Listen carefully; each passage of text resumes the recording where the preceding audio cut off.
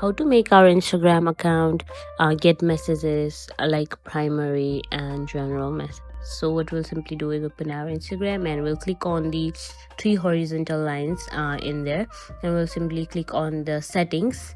After clicking on settings, we'll scroll down a bit and click on account, and after we'll scroll a bit and we will see the option of switch to professional account.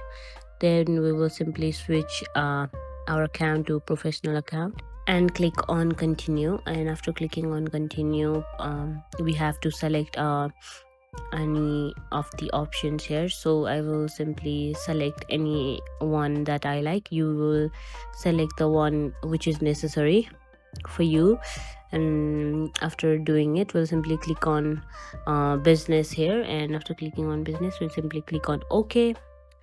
Or then here you will have to go back again, and after going back, we will simply open our Instagram again. And then after opening Instagram, we will simply go in our message area, and here we'll get to see primary and general option itself. So yeah, that is how we do it. If you have any questions, please comment down below and we will let you know.